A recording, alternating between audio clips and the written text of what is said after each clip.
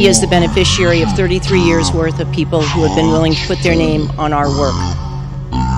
To all of those former presidents and chancellors of debate sites, to former moderators, to members of our Debates International Network who have set their clocks to 3 a.m. tomorrow morning to tune in live, we thank you with all our hearts. In 1987, Paul Kirk and Frank Fahrenkopf co-founded the CPD. I'd like to introduce the co-chair.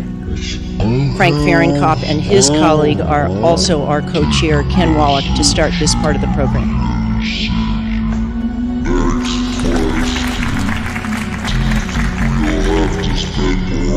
Thank you, Janet, and thank you, ladies and gentlemen. Welcome to the Health Education Campus, Case Western Reserve, and the Cleveland Clinic. And if you have not had the opportunity yet to go around and see this fantastic facility, you really should. It's just a great tribute to everyone who's been involved with it, and it's so important to our nation.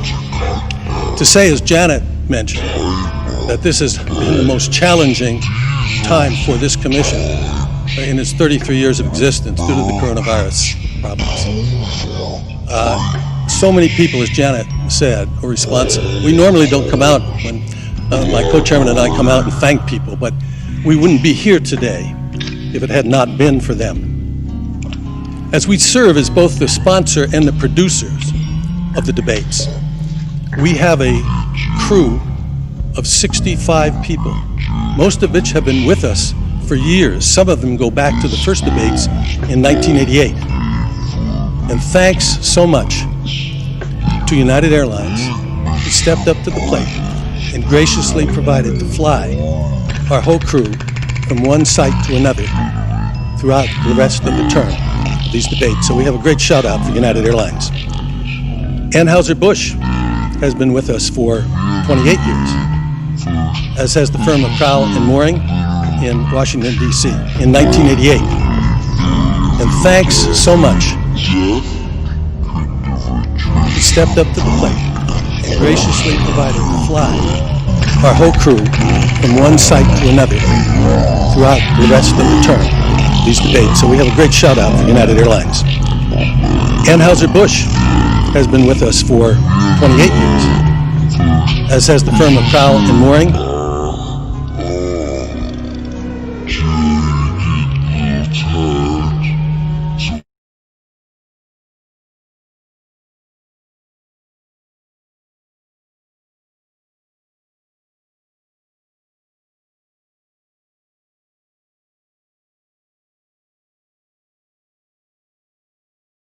Us for 28 years, as has the firm of Crowell and Mooring.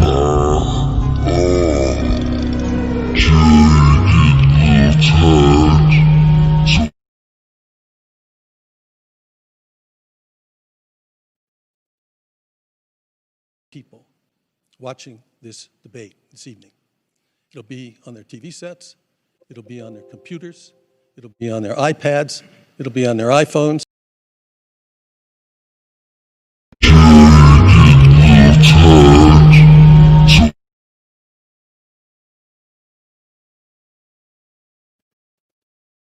They're listening on the radio, and those debates that we urge our audiences not to clap. People watching this debate on their iPhones.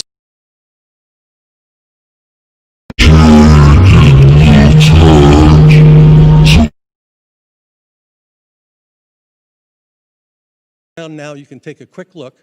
There's 3 on this side and 3 on this side, and these are the major nets. And at 9 sharp, you're going to hear them all go on air. And so it makes a little noise, so don't be afraid by it. And I must, at the end, really thank the people that you saw on your way here tonight, and you see around here. The United States Secret Service, the Federal Bureau of Investigation, Department of Homeland Security, and Clemson's University Media Forensic Hub that is working with us and monitoring the web and social media. So there's so many people to thank, and these men and women, and the police department that you saw outside, the local police department, who work so hard to keep us all safe and to keep our nation safe. So thanks. Now I'd like to introduce the newest member of the leadership team, Ken Wallach, who for 25 years ran the National Democratic Institute of International Affairs, NDI, and we're really excited to have him join us as co-chair.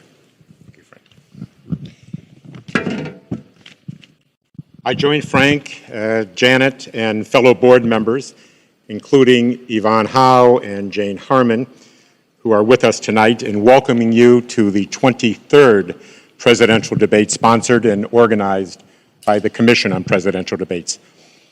As Frank said, I'm the Commission's newest co-chair, and as the new kid on the block, I am proud to work alongside those who have been engaged in this initiative for the past 33 years.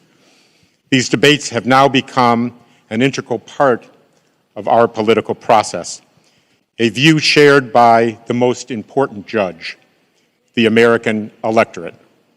But as significant as debates have become here, they can be even more consequential overseas, where the Commission, in partnership with the National Democratic Institute, has helped organize more than 400 debates in 45 nations. In post-conflict countries and in new and emerging democracies, debates have helped level the playing field in places where only one party has ruled. They have forced discussion on policy issues, not personalities, and yes, they have promoted comity among political competitors, and that's comity with a T. And this effort has spawned the establishment of a global support network of similar debate organizations from nearly 40 countries, dubbed Debates International. Now I would call your attention to the Commission-sponsored Debate Watch 2020 and the participation by watch groups in all 50 states.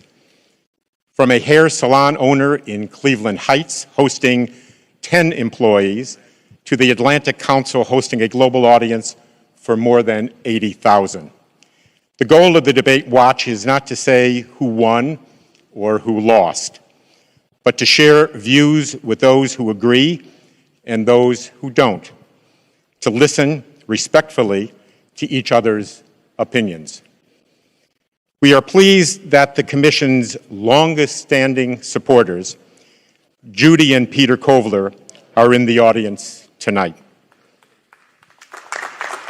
For 32 years, the Judy and Peter Blum Kovler Foundation has given its trust to the nonpartisan mission of the Commission. We are deeply grateful for their belief in our work and their extraordinary contribution to the 2020 debates. It is now my distinct honor to introduce Dr. Tom Mihaljevic, President of the Cleveland Clinic, and Barbara Snyder, President of Case Western Reserve University. Thank you very much.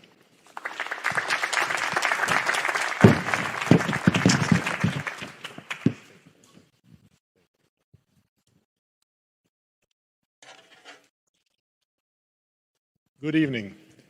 On behalf of Cleveland Clinic, it is my pleasure to welcome you to the city of Cleveland. Tonight, you join us in the beautiful Sampson Pavilion of the Health Education Campus at Cleveland Clinic. We share this campus with our partners from Case Western Reserve University. This building is very special to us. It was opened just a year ago as a place for students, medical, nursing, and dental, to begin their professional journeys by learning together as teams. At that time, as we were opening this campus, none of us could have imagined that we would soon face a worldwide pandemic. When it happened, we converted this building into a COVID-19 surge hospital. The space in which you are sitting right now had 1,000 hospital beds. We called it the Hope Hospital. Thankfully, the surge did not come in Ohio. Yet tonight, this building serves another purpose, in support of our democracy, and it is a historic occasion for us and for our city. We are proud to support the Commission on Presidential Debates as their health security advisor. We at Cleveland Clinic and our 70,000 caregivers have been serving the the health needs in Cleveland since 1921, nearly 100 years. Yet, our organization and our caregivers have never shone brighter than during this pandemic. The pandemic has brought out the best of our organization and our caregivers of our city and our state. Through partnership and collaboration, we see how much we can accomplish when we work together. And we are particularly proud of our partnership with Case Western Reserve University. With that, I would like to introduce my colleague and friend, President of Case Western Reserve University, Barbara Snyder. Thank you, Tom.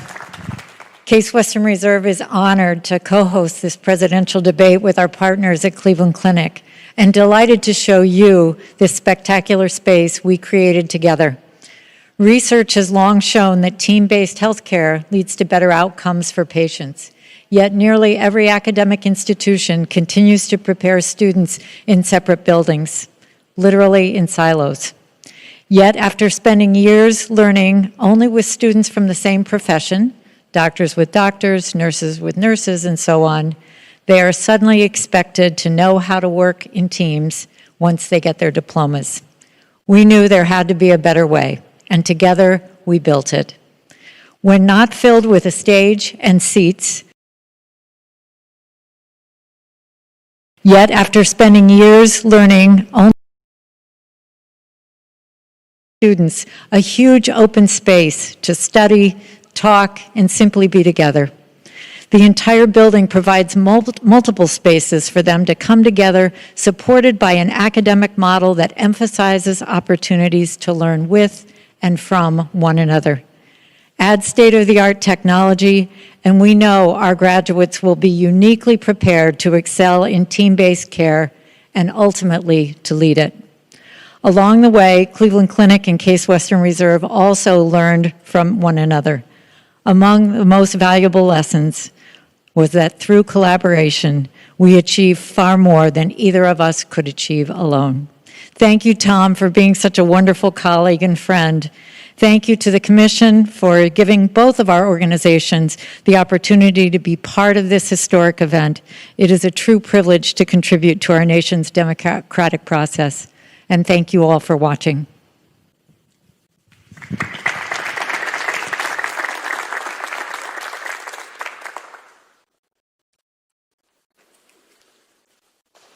Thank you, Tom and Barbara, very much. Most valuable player award for this evening goes to Toby Cosgrove. We couldn't have done it without you. Thank you. One housekeeping bit for the audience. As soon as this debate is over, if you will please remain seated, you will be shown which way to exit. And please stay where you are until that happens. I would like to now introduce Chris Wallace, the moderator of this evening's debate.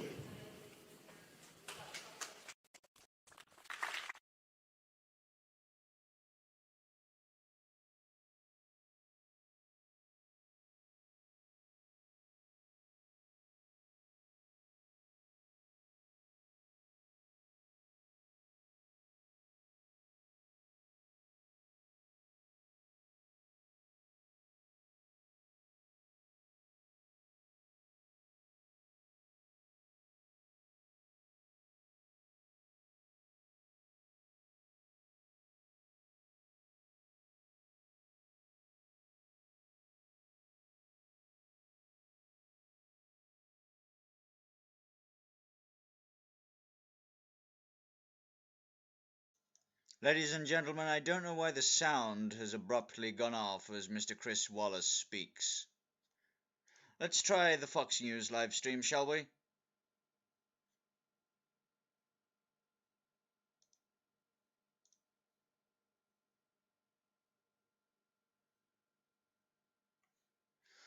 I'm not sure why the sound is down for me. Give me a brief moment.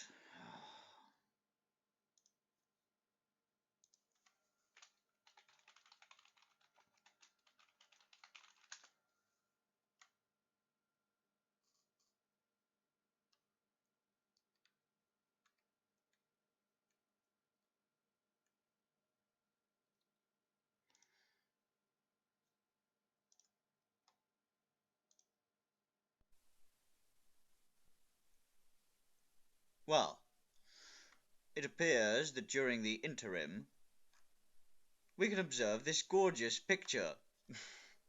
Go make the cups of tea immediately. It has to be done.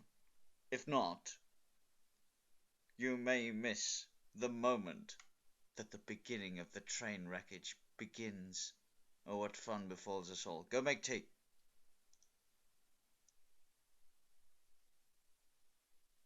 Sure. Go make the cups of tea immediately. It has to be done. If not, you may miss the moment that the beginning of the train wreckage begins. Oh, what fun befalls us all. Go make tea.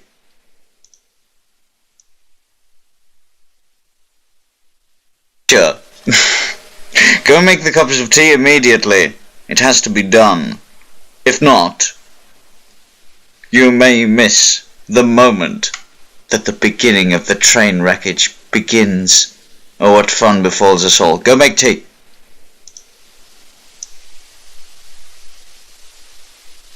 Sure.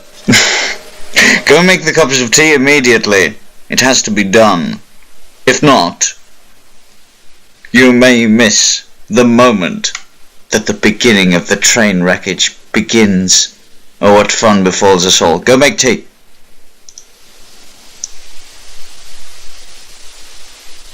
Sure. Go make the cups of tea immediately. It has to be done. If not, you may miss the moment that the beginning of the train wreckage begins. Oh, what fun befalls us all. Go make tea.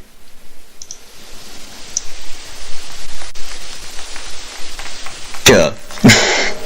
Go make the cups of tea immediately. It has to be done. If not, you may miss the moment that the beginning of the train wreckage begins. Oh, what fun befalls us all. Go make tea.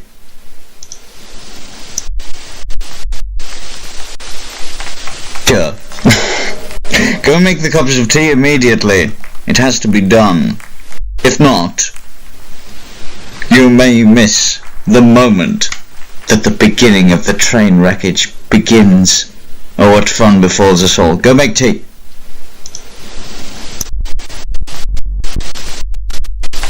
Sure. Go make the cups of tea immediately. It has to be done. If not, you may miss the moment that the beginning of the train wreckage begins. Oh, what fun befalls us all. Go make tea.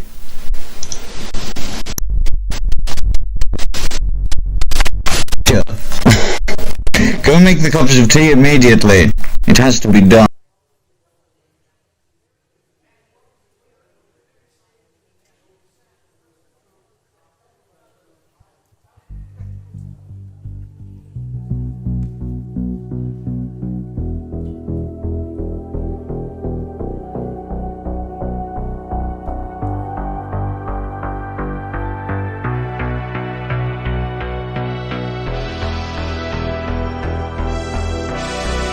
And you don't see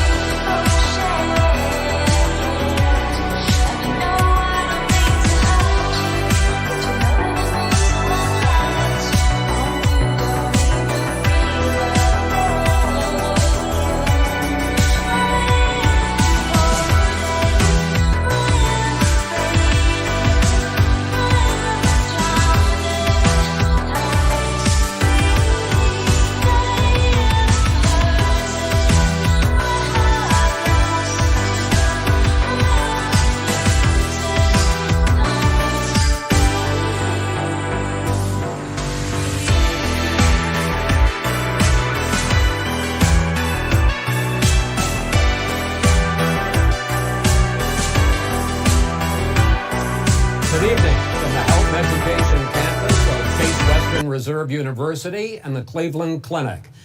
I'm Chris Wallace of Fox News, and I welcome you to the first of the 2020 presidential debates between President Donald J. Trump and former Vice President Joe Biden. This debate is sponsored by the Commission on Presidential Debates.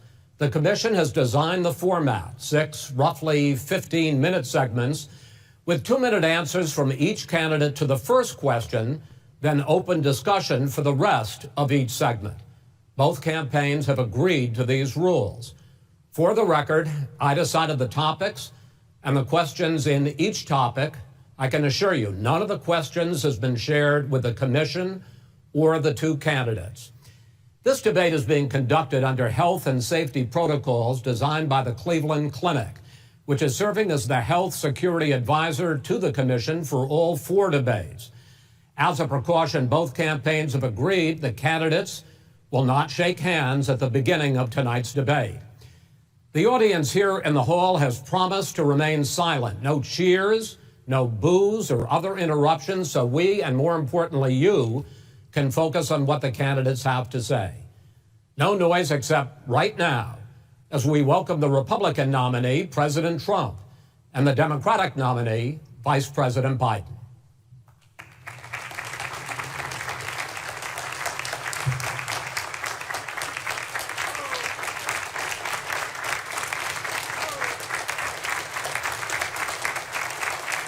How you doing, man? How are you?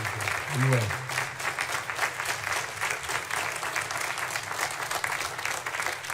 Gentlemen, a lot of people have been waiting for this night, so let's get going. Our first subject is the Supreme Court. President Trump, you nominated Amy Coney Barrett over the weekend to succeed the late Ruth Bader Ginsburg on the court. You say the Constitution is clear about your obligation and the Senate's to consider a nominee to the court.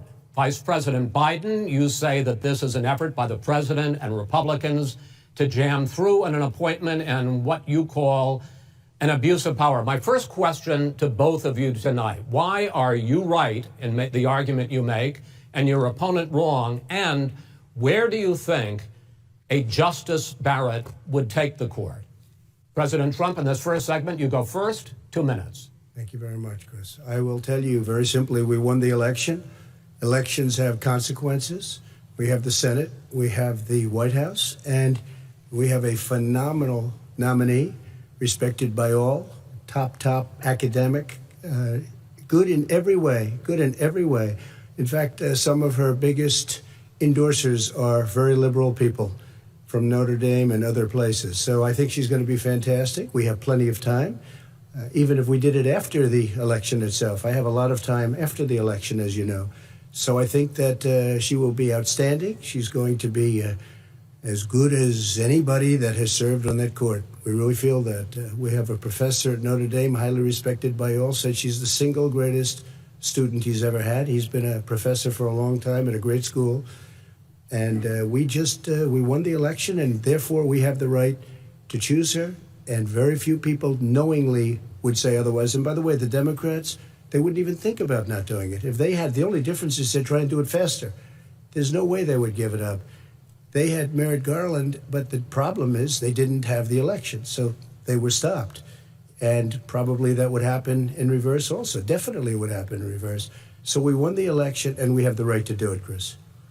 President Trump, thank you. Same question to you, Vice President Biden. You have 2 minutes. Well, first of all, thank you for doing this and looking forward to this, Mr. President. Thank you, Joe. The American people have a right to have a say in who the Supreme Court nominee is. And that say occurs when they vote for a United States senators and when they vote for the President of the United States. They're not going to get that chance now because we're in the middle of an election already. The election has already started. Tens of thousands of people have already voted. And so the thing that should happen is we should wait. We should wait and see what the outcome of this election is, because that's the only way the American people get to express their view is by who they elect as president and who they elect as vice president. Now, what's at stake here is the president's made it clear he wants to get rid of the Affordable Care Act. He's been running on that, he ran on that, and he's been governing on that. He's in the Supreme Court right now trying to get rid of the Affordable Care Act, which will strip 20 million people from having insurance, health insurance now, if it goes into court. And the justice, and I'm not opposed to the justice. She seems like a very fine person. But she's written before she went on the bench, which is her right, that she thinks that the Affordable Care Act is not constitutional. The other thing is on the court, and if it's struck down, what happens? Women's rights are fundamentally changed. Once again, a woman could be pay more money because she has a pre-existing condition of pregnancy. They were able to charge a woman more for the same exact procedure a man gets. And that ended when we, in fact, passed the Affordable Care Act. And there's 100 million people who have pre-existing conditions, and they'll be taken away as well. Those pre-existing conditions, the insurance companies are going to love this. And so it's just not appropriate to do this before this election. If he wins the election and the Senate is Democrat or Republican, then he goes forward. If not, we should wait until February. All right. There aren't 100 million people with pre-existing conditions. As far as the say is concerned, the people already had their say. Okay, Justice Ginsburg said very powerfully, very strongly, at some point, 10 years ago or so, she said a president and the Senate is elected for a period of time, but a president's elected for 4 years. We're not elected for 3 years. I'm not elected for 3 years. So we have the Senate, we have a president. He's elected to the next during election. that period of time, we have an opening. I'm not elected for 3 years. I'm elected for 4 years. The And the election's 100 already million people, started. Joe, the 100 million people is totally wrong. I don't know where you got that number. The bigger problem that you have is that you're going to extinguish 180 million people with their private health care that they're very That's happy simply with. not true. Well, you're certainly going to socialist. Go You're ahead. going to socialist medicine. We're now into, gentlemen, we're now into open discussion. Open discussion. Open discussion. Yes, I agree. Go ahead, Vice President. Number White. one, he knows that what I proposed. What I proposed is that we expand Obamacare and we increase it. We do not wipe any. And one of the big debates we had with 23 of my colleagues trying to win the nomination that I won were saying that Biden wanted to allow people to have private insurance. They can. They do. They will under my proposal. Not what you said, and it's not what your party has said. That is simply Your party a lie. doesn't say it. Your party wants to go socialist medicine. My party is and me. socialist Right healthcare. now, I am and the they're going to Democratic dominate Party. you, Joe. You know that. I am the Democratic Party right now. The platform of the Not according Democratic to Party Harris. is what I, in fact, approved of. What I approved of. Now, here's the deal. The deal is that it's going to wipe out pre-existing conditions. And by the way, the 200,000 people that have died on his watch, how many of those have survived? Well, there's 7 million people that contracted COVID. What does it mean for them going forward if you strike down the Affordable Care Act? Joe, you've had 308,000 military people dying because you couldn't provide them proper health care in the military. So don't tell me I'm about happy this. to talk about And this. if you were here, Look, it here's wouldn't the be deal. 200, it would be 2 million people because you were very late on the draw. You Late didn't on want the me to draw. ban China, which was heavily infected. You didn't want me to ban All right, gentlemen, Europe, which was heavily Mr. President, infected. You would have Mr. been much President, later, Joe. Mr. President, much later. Mr. You're President, talking about 2 million people. You're not Mr. President, gonna as be a able to shut him up. moderator, we are going to talk about COVID in the next segment, but go ahead. Let me finish. The point is that the president also is opposed to Roe v. Wade. That's on the ballot as well in the court. And so that's also at stake right now. And so the election is already You don't know it's on the begun. ballot. Why is it on the ballot? Because Why is it you on the said ballot? It's not you're- on the ballot. It's on the ballot in the I court. don't think so. In the court. Well, There's nothing happening there. Donald, would you And you just be don't quiet know for a her minute? view on Roe v. Wade. You I don't don't know her know. view. Well, all right. Let's talk. We got a lot to unpack here, gentlemen. We got a lot of time. So, on health care, and then we'll come back to Roe v. Wade. All right. Mr. President, the Supreme Court will hear a case a week after the election in which the Trump administration, along with 18 state attorneys general, are seeking to overturn That's right. Obamacare, to end Obamacare. You have spent the last... Because they want to give good health care. If I may ask Go my ahead. question, sir. Good health care. Over the last 4 years, you have promised to repeal and replace Obamacare, but you have never in these 4 years come up with a plan a comprehensive plan Yes, to I have. replace Obamacare. Of course I have. Well, I'll I give got you rid an of the opportunity. individual When I finish, I'm going to mandate. give you an Excuse me, opportunity. I got rid of the individual mandate, which was a That is big not a chunk of comprehensive Obamacare. That plan. is absolutely a big thing. That was the worst I part of didn't ask you, Obamacare. sir. Chris, You're that was the debating him, worst not part me. of Obamacare. Let me ask my question. Well, I'll ask Joe. The individual no, mandate was the most unpopular Mr. Vice Pre- aspect of Mr. Obamacare. I President, got rid of it. I'd like you and we to, will protect Mr. people President, with I'm the pre-existing moderator of this conditions. debate, and I would like you to let me ask my question, and then you can answer your ahead. question. You, in the course of these 4 years, have never come up with a comprehensive plan to replace Obamacare, and just this last Thursday, you signed a largely symbolic executive order to protect people with pre-existing conditions 5 days before this debate. So my question, sir, is what is the Trump health care plan? Well, first of all, I guess I'm debating you, not him, but that's okay. I'm not surprised. Let me just tell you something, that there's nothing symbolic. I'm cutting drug prices. I'm going with favored nations, which no president has the courage to do because you're going against Big Pharma. Drug prices will be coming down 80 or 90%. You could have done it during your 47-year period in government, but you didn't do it. Nobody's done it. So we're cutting health care. about All of the pre-existing things that conditions? we've done, He has not cut insulin. health I give you care. an example. Insulin. It was destroying families, destroying people. The cost, I'm getting it for so cheap. It's like water. You want to know the truth. So cheap. Take a look at all of the drugs what we're doing, prescription drug prices. We're going to allow our governors now to go to other countries to buy drugs because When in they fact- pay just a tiny fraction. If I say of this what is we do. open discussion, No, let me but ask this you is about, big, this this you'll is be happy, big stuff. sir, you'll be happy. I'm about to pick up on one of your points to ask the vice president, which is he points out that you would like to add a public option to Obamacare. And Yes. the argument that he makes and other Republicans make is that that is going to end private insurance. It is and not. will, if I sorry. can ask you the question, it will Not end what your party says, by the way. it will end private insurance and create a government takeover of health care. It does not. It's only for those people who are so poor they qualify for Medicaid. They can get that free in most states, except governors who want to deny people who are poor Medicaid. Anyone who qualifies for Medicare would Medicaid would automatically be enrolled in the public option. The vast majority of the American people would still not be in that option. Number one. Joe, you Number agreed two. with Bernie Sanders, who's far left, on the manifesto, Well, we you- call it. well, And that manifest- gives you socialized medicine. Look, hey, Are you saying I'm not you going to didn't listen to agree? him. The fact of the matter is, I beat Bernie Sanders. Not by much. I beat him a whole hell of a lot. I'm Not here. by I'm here much. standing facing you, old buddy. Pocahontas would have left Well, 2 days I tell early. you- You would have lost every primary. All he knows how to on do Super is hurt. Tuesday. You got Look, very lucky. here's the deal. I got very lucky. I'm going to get very lucky tonight as well. And tonight I'm going to With make what? sure because With what? here's the deal. Here's the deal. The fact is that everything he's saying so far is simply a lie. I'm not here to call out his lies. Everybody knows he's a liar. But you I just agree. want to Hey, make Joe, sure. Joe, you're the liar. I want to make sure. Graduated last in your class, not first in your class. I want to make Mr. sure. President, can you let him finish, sir? No, he doesn't know how to do that. He has, You'd be you know, surprised. you pick You'd be surprised. the Go ahead, wrong Joe. guy, the wrong Joe, night at go. the wrong time. Listen, you agreed with Here's the Bernie deal. Sanders to the The manifesto. whole idea. Now Let you're him- disavowing it. There is no manifesto. Number Please one. let him speak, Mr. Number President. You two. just lost the left. Number two. You just lost the left. You agreed with Bernie Sanders on a plan. Folks, that's absolutely folks, agreed do you have to, any and under that idea plan, what that's this clown's socialized. doing? They call it Mr. Medicare. Do you have any President.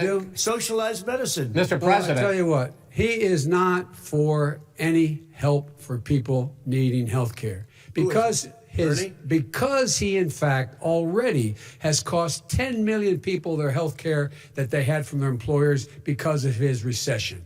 Number one. Number two, yeah. there are 20 million people getting health care through Obamacare now that he wants to take it away. He won't ever look you in the eye and say that's what he wants to do. Take it away. No, I want to give Number them better three. health care at a much lower price But, because and by the way, he Obamacare doesn't is know no how. good. He doesn't know how I've to do already that. fixed it. He has never I've offered already a plan. fixed it to an extent. He has never Obamacare, done a as single you might thing. know, but probably don't. gentlemen, you is realize no if you're good, both Joe. speaking at the It's no same good, time, and it's too expensive. let the president's. Go ahead, sir. Obamacare is no good. We made it better. And I had a choice to make very early on. We took away the individual mandate. We guarantee pre-existing conditions, but took away the individual true. mandate.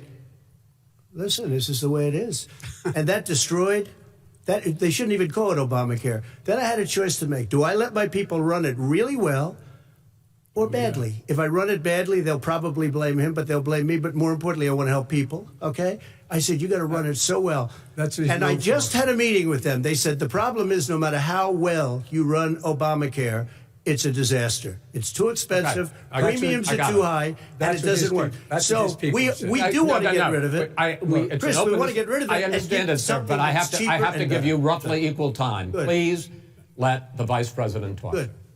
He has no plan for health care. Of course we do. He sends out wishful thinking. He has executive orders that have no power. He hasn't lowered drug costs for anybody. He's been promising a health care plan since he got elected. He has none, like almost everything else he talks about. He does not have a plan. He doesn't have a plan. And the fact is, this man doesn't know what he's talking about. All right. I have one final question for you, Sure. Mr. Vice President. If Senate Republicans, we were talking originally about the Supreme Court here, if Senate Republicans go ahead and confirm Justice Barrett, there has been talk about ending the filibuster or even packing the court, adding to the 9 justices there. You call this a distraction by the president, but in fact, it wasn't brought up by the president. It was brought up by some of your Democratic colleagues in the Congress. So my question to you is, you have refused in the past to talk about it.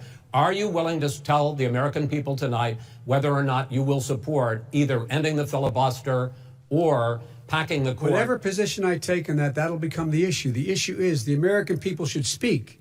You should go out and vote. You're in voting now. Vote and let your senators know how strongly you feel. Vote now. Are you going to pack the Make court? sure you, in fact, let people know you're a senator. I'm not going to answer the question. Why would you answer that because question? the question is, radical left. Would you shut up, man? Listen, who is on your list, Joe? Who's on your list? Right. Gentlemen, I think this is so unprecedented. He's going to pack the court. We have ended this segment. We're going to move on to the second segment. That was really a productive segment, wasn't it? Keep yapping, man. The people understand, Joe. They sure 47 years you've done nothing. They understand. All right. The second subject is COVID-19, which is an awfully serious subject. So let's try to be serious about it. We have had more than 7 million cases of coronavirus in the United States, and more than 200,000 people have died. Even after we produce a vaccine, experts say that it could be months or even years before we come back to anything approaching normal.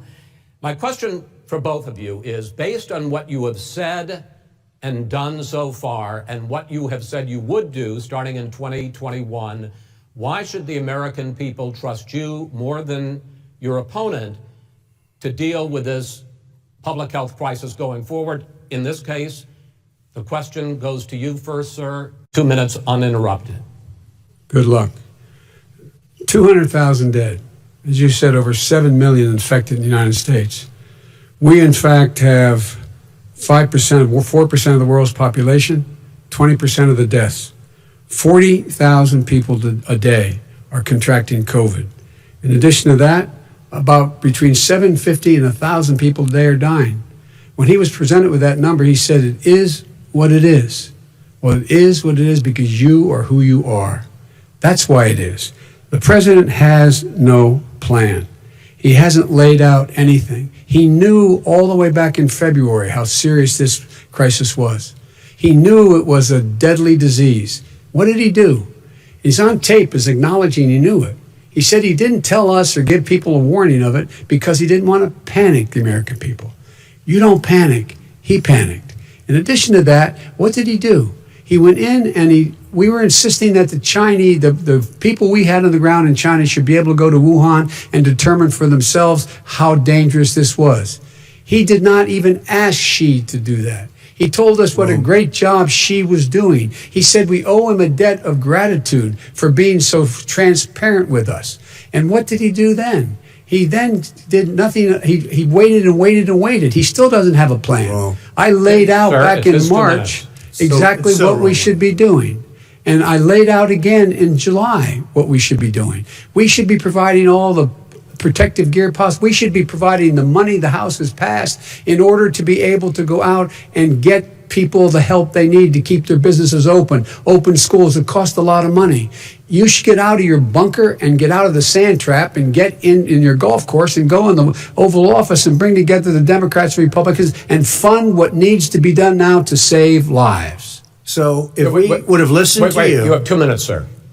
If we would have listened to you, the country would have been left wide open. Millions of people would have died, not 200,000, and one person is too much. It's China's fault. It should have never happened. They stopped it from going in, but it was China's fault. And by the way, when you talk about numbers, you don't know how many people died in China. You don't know how many people died in Russia. You don't know how many people died in India. They don't exactly give you a straight count, just so you understand.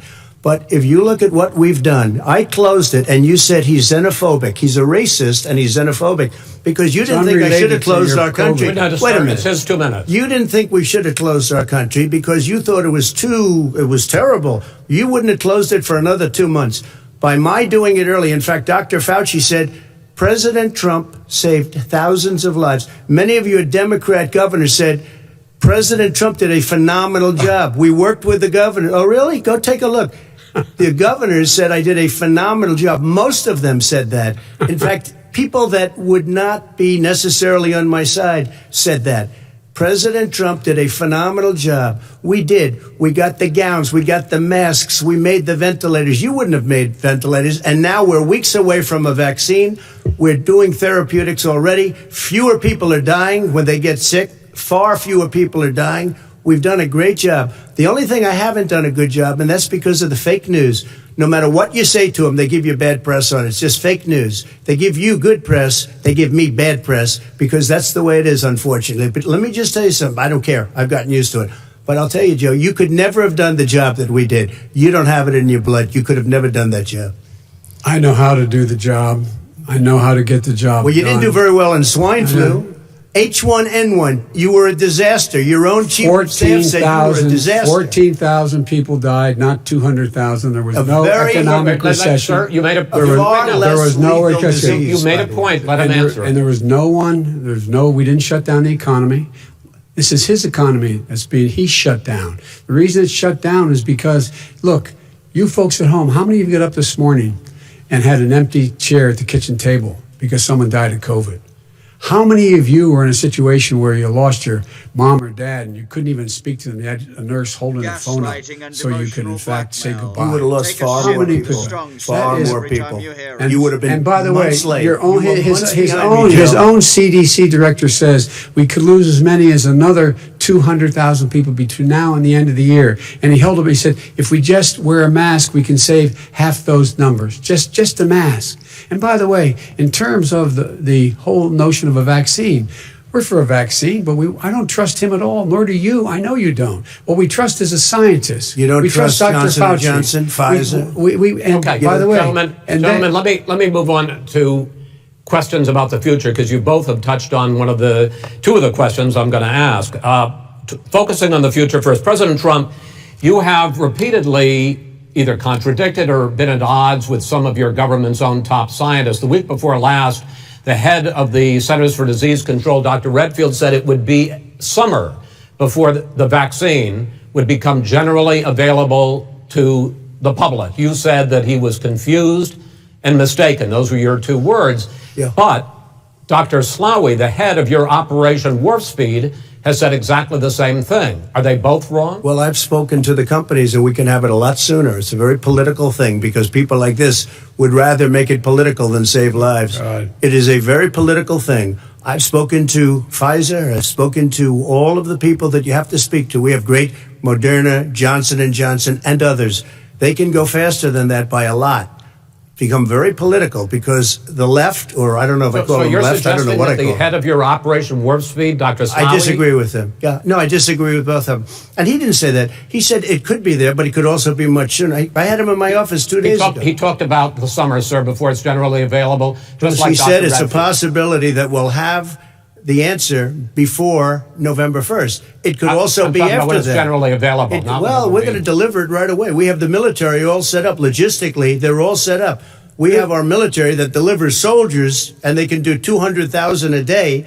They're going to be this delivering. This is the same man it's who all told set you up. by Easter this would be gone away. by the warm weather, it'd be gone. Miraculous, like a miracle. And by the way, maybe you could inject some bleach in your arm, and that would take care of it. This is the same man. That was said sarcastically, you know that. That was said sarcastically. And so here's the deal. This man is talking about a vaccine. Every serious company is talking about maybe having a vaccine done by the end of the year. But the distribution of that vaccine will not occur until sometime beginning or the middle of next year to get it out, if we get the vaccine. And pray God we will. Pray God we will. Mr. Vice President, I want to pick up You'll have the vaccine sooner I want to pick up on this question, though. You say the public can trust the scientists, but they can't trust President Trump. In fact, you said that again tonight. Your running mate, Senator Harris, goes further, saying the public health experts, quote, will be muzzled, will be suppressed. Given the fact that polls already show that people are concerned about the vaccine and are reluctant to take it, are you and your running mate, Senator Harris, contributing to that fear? No more than the question you just asked him. You pointed out. He puts pressure and disagrees with his own scientists. But you're saying Everybody you can't, knows. Senator Harris is saying you can't trust the No, scientists. well, no, you can trust the scientists. She didn't say that. You can't trust She said the public health experts, quote, will be muzzled, will be suppressed. Well, that's what he's going to try to do. But there's millions of scientists, there's thousands of scientists out there, like here at this great hospital, that don't work for him. Their job doesn't depend on him. That's not, they're the people, and by the way. I spoke to the scientists that are in charge. By the way. They will have the vaccine very soon. Do you believe for a moment what he's telling you in light of all the lies he's told you about the whole issue relating to COVID? He still hasn't even acknowledged that he knew this was happening, knew how dangerous it was going to be back in February, and he didn't even tell you. Emotional blackmail and talking points from his dark underlords that pay him a lot of money to propagate fear porn. That is what Biden is selling this evening, ladies and gentlemen. Fear porn on COVID. Moving on. State, you graduated either the lowest or almost the lowest in your class. Don't ever use the word smart with me. Don't ever use that word. Oh, give me a break. Because you know what? There's nothing smart about you, Joe. 47 years, you've done nothing. Let's have this debate. And if you would have had, let me just tell you something, Joe. If you would have had the charge of what I was put through, I had to close the greatest economy in the history of our country. And by the way, now it's being built again. We're going to get to the economy in the next segment, sir. Okay.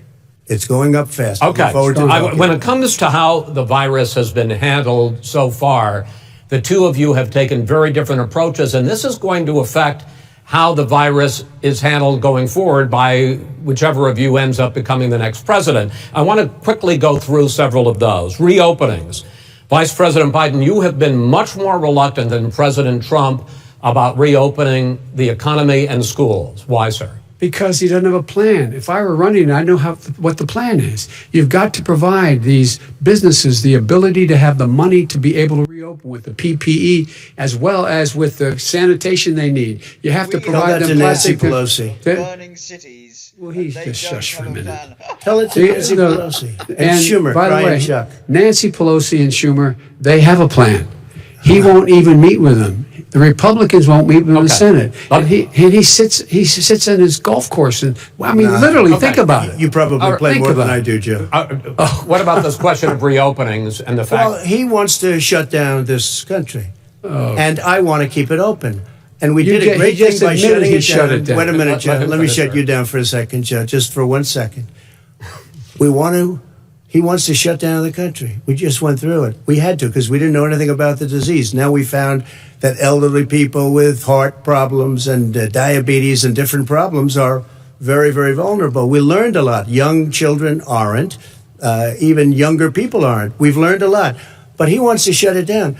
More people will be hurt by continuing. If you look at Pennsylvania, if you look at certain states that have been shut down, they have Democrat governors all. One of the reasons they're shut down is because they want to keep it shut down until after the election on November 3rd. I want to move on to another because it's a political thing. But those states are not doing well that are shut down right now. Respond to that. President Trump, you have begun to increasingly question the effectiveness of masks as a disease preventer. And in fact, recently you have cited the issue of waiters touching their masks and touching plates. Are you questioning No, I think the masks efficacy are okay. of You have masks? to understand, if you look, I mean, I have a mask right here. I put a mask on it, when I think I need it. Tonight, as an example, everybody's had a test, and you've had social distancing and all of the things that you have to. But I Just wear like your masks rallies. when needed. When needed, I wear masks. Okay, let me ask. I don't wear masks like him. Every time you see him, he's got a mask. He could be speaking 200 feet away from it. He shows up with the biggest mask I've ever seen. I will say this. Vice President Biden, go ahead, sir. Look, the way to open businesses is give them the wherewithal to be able to open. We provided money. The Congress. But I was asking you, sir, about masks. Well, masks make a big difference. His own head of the CDC said if we just wore masks between now, everybody wore masks in social distance between now and January, we'd probably save up to 100,000 lives. It matters. And they've also It said the matters. opposite. They've also And said the opposite. no serious person said the opposite. They've No also said, well, look serious all right, I at wanna person. Dr. ask you- Fauci. Dr. Fauci said the He opposite. did I not want say to the ask you, we opposite. got a Said little very bit more strongly, than a minute left in this masks segment. are not good. Then he changed his mind. He said masks are good. I I'm wanna okay ask- with masks. I I'm want to not ask you fighting both about masks. one last subject, because your different approaches has even affected the way that you have campaigned. President Trump, you're holding large rallies with crowds packed together, thousands of people. Outside. Outside, yes, sir, agreed. Vice President Biden, you are holding much smaller events with Because nobody will show up. people with Well, it's true. Nobody shows up to his rallies. All right. In any case, why you holding the big rallies? Why you not? You go first, sir. Because people want to hear what I have to say. I mean, But are you you've not done a worried great about it job spreading as a disease? president, and I'll have 35,000 people show up at airports. We use airports. Are you and not hangars, worried and about we the have disease a lot of issue, people. sir? Well, so far we have had no problem whatsoever. It's outside. That's a big difference, according to the experts. And we do them outside. We have tremendous crowds, as you see. I mean, and literally on 24 hours notice. And Joe does the circles and has 3 people someplace. Okay. By the way, did you see Gotcha. one of the last big rallies he had? And a reporter came up to him to ask him a question. He said, no, stand back. Put on your mask. Put on a mask. Have you been tested? I'm way far away from those other people. That's what he said. I can't. I'm going to be okay. He's not worried about you. He's not worried about the people out there breathing in one another. We've had no negative cheek to effect. jowl. No negative effect. We've had no negative effect. And we've had 35, 40,000 All right. people You wanna at these rallies. Just Yes. quickly finish up, because I want to move on to our next. Yes, I would. He's been totally irresponsible the way in which he has handled the social distancing and people wearing masks, basically encouraged them not to. All right. He's a fool on this. If you could get the crowds, you would have done the same thing. But you Character can't. Nobody assassination. cares. Gentlemen, can we move on to the Emotional blackmail is gentlemen? pretty Can we move on to the boring, but- economy? Yes. The economy is, I think it's fair to say, recovering faster than expected from the shutdown. Much faster. In the second quarter, the unemployment rate fell to 8.4% last month. The Federal Reserve says the hit to growth, which is going to be there, is not going to be nearly as big as they had expected. President Trump, you say we are in a V-shaped recovery. Vice President Biden, you say it's more of a K-shape. What difference does that mean to the American people in terms of the economy? President Trump, in this segment, you go first. So we built the greatest economy in history. We closed it down because of the China plague. When the plague came in, we closed it down, which was very hard psychologically to do. He didn't think we should close it down, and he was wrong. And again, 2 million people would be dead now instead of still 204,000 people is too much. One person is too much. Should have never happened from China. But what happened is we closed it down, and now we're reopening, and we're doing record business. We had 10.4 million people in a 4-month period that we've put back into the workforce. That's a record the likes of which nobody's ever seen before. And he wants to close down he will shut it down again. He will destroy this country. You know, a lot of people, between drugs and alcohol and depression, when you start shutting it down, you take a look at what's happening in some of your Democrat-run states where they have these tough shutdowns. And I'm telling you, it's because they don't want to open it. One of them came out last week. You saw that. Oh, we're going to open up on November 9th. Why November 9th? Because it's after the election. They think they're hurting us by keeping them closed. They're hurting people. People know what to do. They can social distance. They can wash their hands. They can wear masks. They can do whatever they want. But they got to open these states up. When you look at North Carolina, when you look, and these governors are under siege, Pennsylvania, Michigan, and a couple of others. You got to open these states up. It's not fair. You're talking about almost it's like being in prison. And you look at what's going on with divorce, look at what's going on with alcoholism and drugs. It's a very, very sad thing. And he'll close down the whole country. This guy will close down the whole country and destroy our country. Our country is coming back incredibly well, setting records as it does it. We don't need somebody to come in and say, let's shut it down. All right. Your 2 minutes, sir. We're now moved to you. As I said, posing the question, the president says it's a V-shaped recovery. You say it's a K-shaped recovery. What's the difference? The difference is millionaires and billionaires like him in the middle of the COVID crisis have done very well. Billionaires have made another $300 billion because of his profligate tax proposal, and he only focused on the market. But you folks at home, you folks living in Scranton and Claymont and all the small towns and working class towns in America, how well are you doing? This guy paid a total of $750 in taxes. Sir, wait, no, sir, it's just wrong statement. Yeah, I understand. You've agreed to the 2 minutes, so please let him have it. Do I get my time back? The fact is that he has, in fact, worked on this in a way that he's going to be the first president of the United States to leave office having fewer jobs in his administration than when he became president.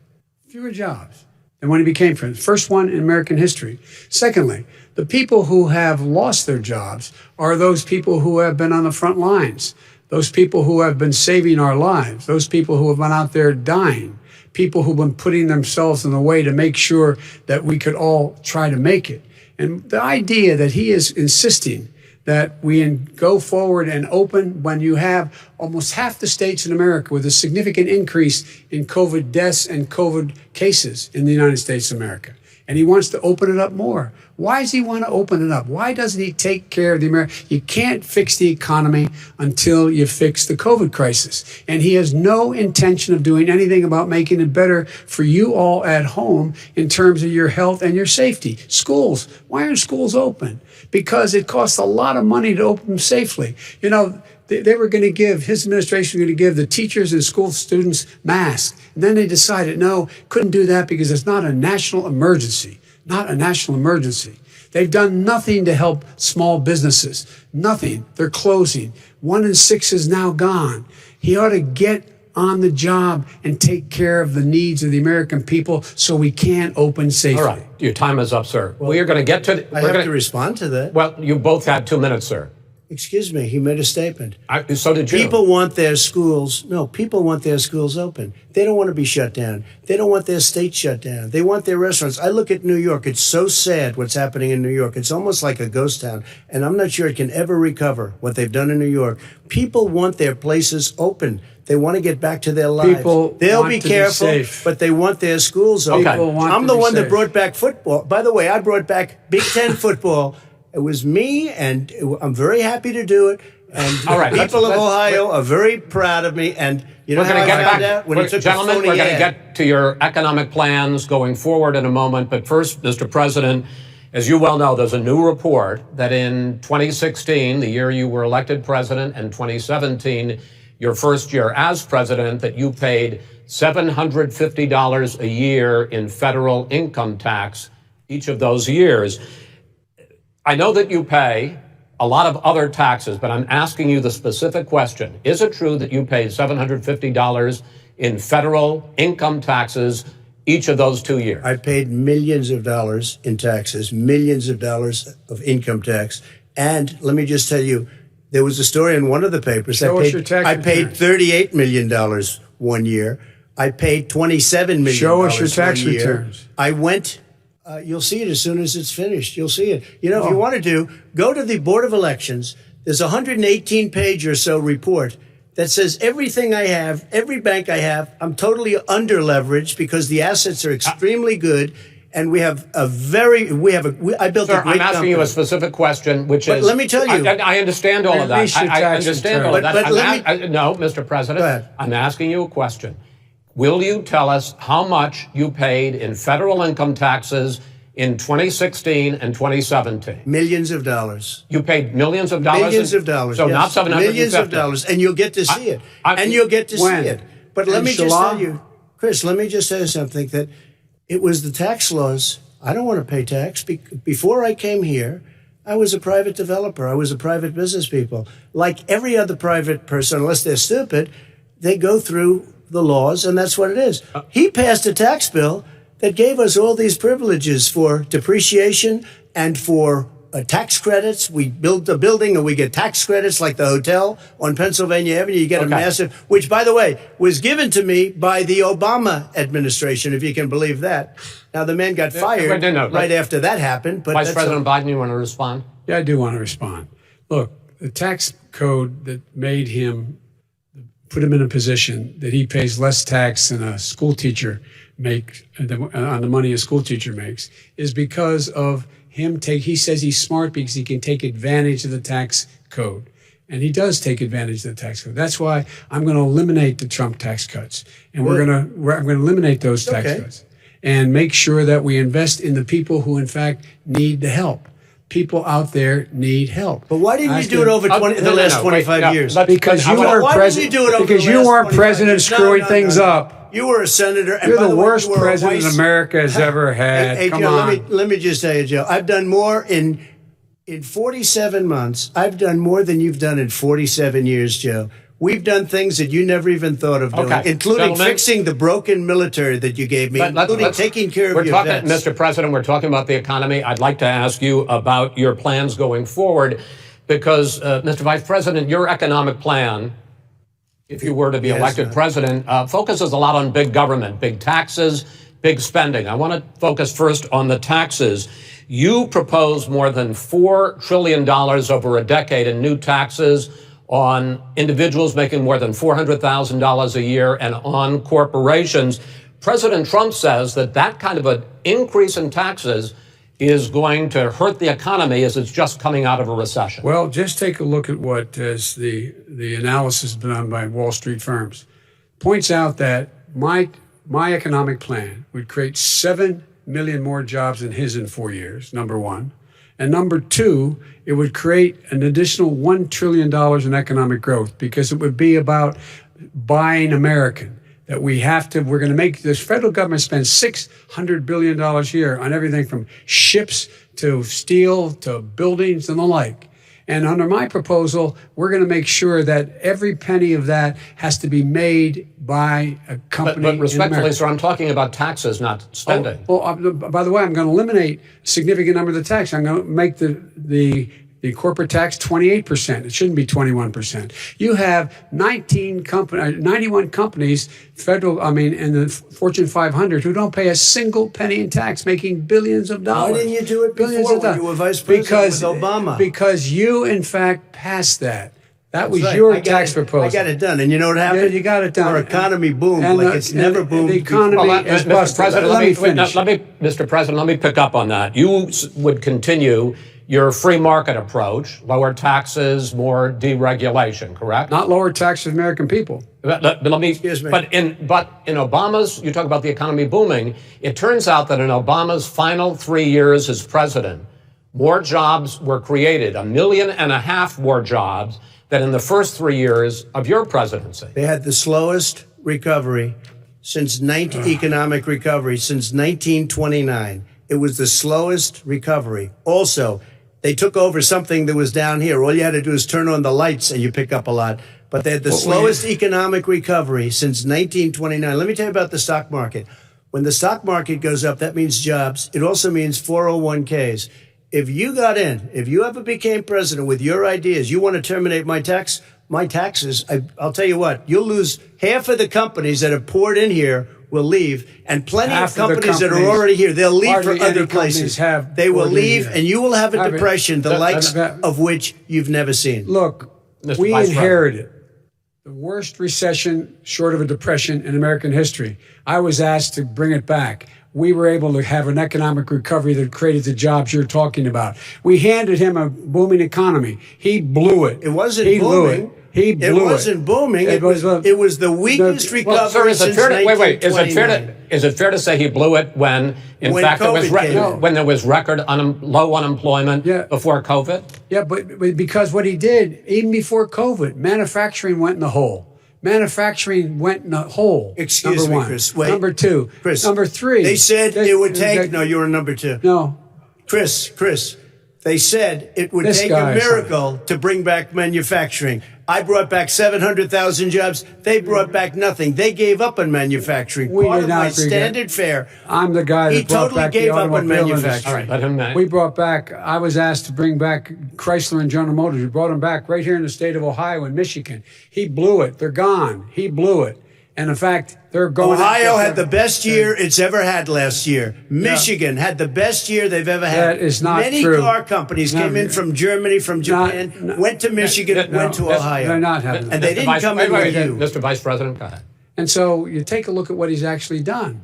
He's done very little. His trade deals are the same way. He talks about these great trade deals. You know, he talks about the art of the deal. China's perfected the art of the steal. We have a higher deficit with China now than we did before. We have the highest trade deficit China with ate Mexico. your lunch. All right, gentlemen, 18%. China ate your lunch, Joe. And no wonder your son goes in and he takes out billions of dollars. Takes out billions of dollars to manage. He makes millions of dollars. And also, Simply while we're not at it, true. why is it, just out of curiosity, the mayor of Moscow's wife gave your son $3.5 million. That's What not did he true. do to deserve it? That What is did he do with Burisma none to of that deserve is true. $183,000? None You've of asked that your is question, true. let him answer it. None of that is true. It's Oh, really? been He didn't totally, get But no, $3.5 million? Mr. President, It's Mr. totally- President, please. totally You've asked a question. discredited. Totally discredited. And by the way, Well, wait, he let's didn't get talk- $3.5 million, Joe? Mr. Vice, He got Mr. $3.5 million. President, It is not true. Oh, really? Mr. Oh. President, But, Mr. it's an open discussion, please. Now, It's a fact. Well, There's- it you is have not a raised an fact. issue. Let the It's been Vice totally President answer. discredited. Did There was a Burisma pay him report. $183,000 a month with no experience in energy? Mr. Look, President, no job. my son did nothing wrong at Burisma. I think he and did. Mr. the only guy President, that let him did answer. He doesn't want to let me answer because he knows I have the truth. His position has been totally, thoroughly discredited. By who? And The media? By everybody. Well, by the By the media, media, by our because they refuse to allies, talk by the about it World because they're Bank, embarrassed. by everyone has discredited. Matter of fact, even Mr. the President, people who please stop. testified under oath. So let me Under ask you oath. this, Under- Joe. under No, oath. go ahead, Mr. I'm listening to Even you. People under. He got $3.5 million from testified- Moscow. He testified under oath in his administration, said, I did my job and I did it very well. Oh, I really? did it I'd like to know honorably. who they are. Well, I'll give you the list I'll of the fire people who them. testified. No, go ahead, sir. Sure, you've already fired most of them because they did a Some good because job. some people don't do well, a good here's job. With you, Go they ahead. say- You get here's the, the wait a deal. minute. You get the final word, Mr. Well, it's hard to get any word in with this clown. Excuse me. This. Hey, let me this just person. say, Joe. No. I'm Mr. President. $3.5 Mr. million, President. Joe. That is simply. Why did not he true. deserve $3.5 million It from did- Moscow? Look, here's the deal. We want to talk about families and ethics. I don't want to do that. I mean, his family we could talk about all night. His family's My already. family, No, let him go. my family already lost wrote- a fortune by Go coming down and helping Go us ahead. with Go ahead, government. sir. And that's such a. they're right That's here. it, Mr. That's such President. Every a great. single one of them lost This a is not fortune about by President. my coming and family or helping his us with family. It's government. about your family, They the didn't American collect people. $3.5 million He for doesn't. nothing. That's not true. It doesn't want to talk about what you need. You, the American people. It's about you. That's what we're talking about. you here. should All right, Not that's about here. the end of the Shouldn't have segment. taken the money. We're moving on. He didn't take them. Well, Vice it's a very- President, but Chris, no, can I be honest? It's a very important Try to be question. honest. No, I- He I- stood up. No, he stood up, the answer to and the he question is threatened no. Ukraine. No, sir. With $1 billion, if you don't that get rid is of the you know what, you're- absolutely wait, not stop. true. Tape doing it. You're going to Not have tape. True. Gentlemen. I hate to raise Chris, my voice, but he's I see on it seems tape. to be. Why should I be different than the two of you? So here's the That's a deal. good point. We have 6 segments. We have ended that segment. We're going to go to the next segment. In that segment, you each are going to have 2 uninterrupted moments. In those 2 uninterrupted minutes, Mr. President, you can say anything you want. I'm going to ask a question about race, but if you want to answer about something else, go ahead. But I think that the country would be better served if we allowed both people to speak with fewer interruptions. I'm appealing to you, sir, to do that. Well, and him too. Well, frankly, you've been doing more interrupting Well, that's than all he right, has. but he does plenty. Well, less than, sir, less There's than, plenty. no, less than you have. Let's please continue on. The issue of race. Vice President Biden, you say that President Trump's response to the violence in Charlottesville 3 years ago, when he talked about very fine people on both sides, was what directly led you to launch this run for president. Oh, yeah, sure. President Trump, you have often said that you believe you have done more for Black Americans than any president, with the possible exception of Abraham Lincoln. My question for the two of you is, why should voters trust you rather than your opponent to deal with the race issues facing this country over the next 4 years? Vice President Biden, you go first. It's about equity and equality. It's about decency. It's about the Constitution. And we have never walked away from trying to require equity for everyone, equality for the whole of America. But we've never accomplished it. But we've never walked away from it like he has done. It is true. The reason I got in the race is when those people, close your eyes, remember what those people look like coming out of the fields carrying torches, their veins bulging, just spewing anti-Semitic bile, and accompanied by the Ku Klux Klan. A young woman got killed.